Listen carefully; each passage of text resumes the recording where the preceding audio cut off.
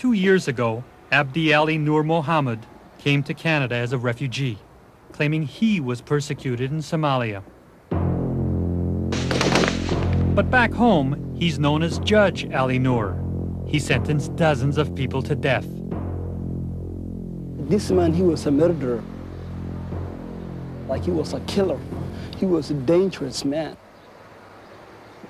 Not far away from Judge Nur, another of Barry's men, Mohammed Hassan Ismail Farah.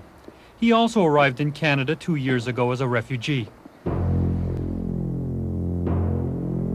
But high school students held in these military cells remember him as the police lieutenant colonel who brutally interrogated them. He tortured me by himself.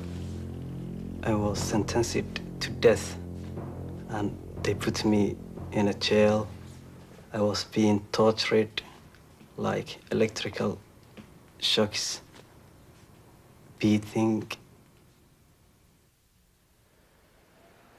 And this man, the most feared of Barry's men in Canada, Yusuf Abdi Ali Toke, another refugee claimant. He works as a security guard in Toronto. Back in Somalia, he wore a different uniform as one of Barry's military commanders.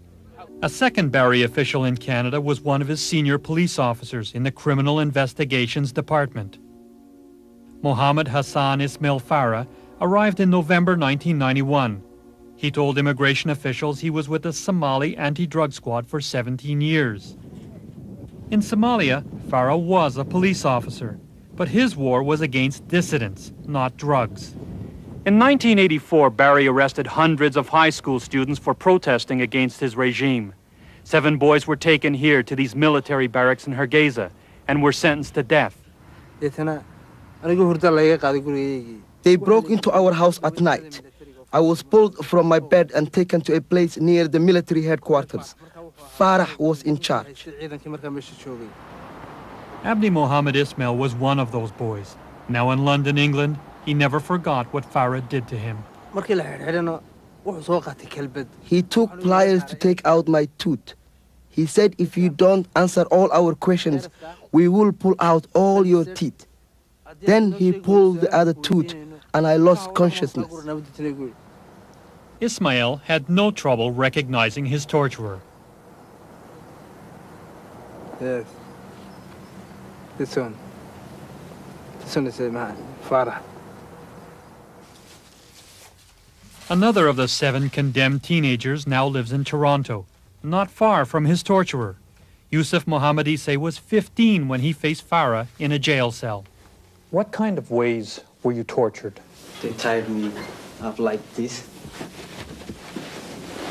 They put my hands and my legs together, and I was tied up at least 24 hours.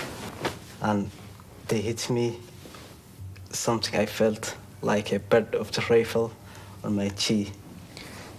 Is this the man who tortured you? Yes, he's Mohammed Hassan Farah.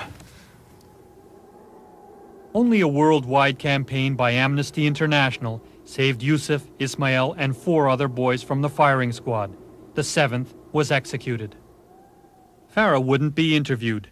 His lawyer says Farah was not in Somalia in the summer of 1984 when the students were tortured. Farah also told immigration officials his wife and 2 children are still in Somalia, but we spotted them with him in Toronto. His wife arrived here as a refugee a full year before Farah did. Despite these discrepancies in his story, Farah got to stay. He was declared a credible refugee last January and got his work permit a month later. Judge Ali Nur, police interrogator Farah, and Army Commander Toke are among a dozen of Siad Barry's officials, friends, and relatives now living in Canada. Even Barry's eldest son, Ali Mohammed Siad, a colonel in his father's army, found a new home here. When we return, we'll examine how they made it into Canada through the United States. Judge Nur came to Canada through the U.S. Police interrogator Farah spent 7 months in the States. Army Commander Toke was back in the U.S. for more training at an Air Force base in Mississippi for 5 months in 1990, before he crossed into Canada. Abdi Ali Nur gave his real name, said he was a military judge and got in. Mohammed Hassan Ismail Farah used his real name, said he was a senior police officer, and also got in. Yusuf Abdi Ali Toke used his real name, said he was a military commander, and he walked right in. Immigration officials also seemed reluctant to pursue the case of police interrogator Mohammed Farah. Farah was about to be accepted as a refugee last March. That was too much for Ahmed Samatar, a community leader. He took surveillance photographs and gathered testimony. He alerted the department, and Farah's hearing was delayed. But Samatar wonders if immigration really cares. Now you have a number of witnesses. Has the immigration department come to you and said, let us talk to them? Not yet, no. They haven't pre-interviewed them? Not yet. What does that say to you? They're not interested. Police Lieutenant Colonel Mohammed Hassan Farah is scheduled to appear for his second refugee hearing on October 14th. His case could drag on. As for military commander Yusuf Abdi Ali Toke, the immigration department says they still can't find him.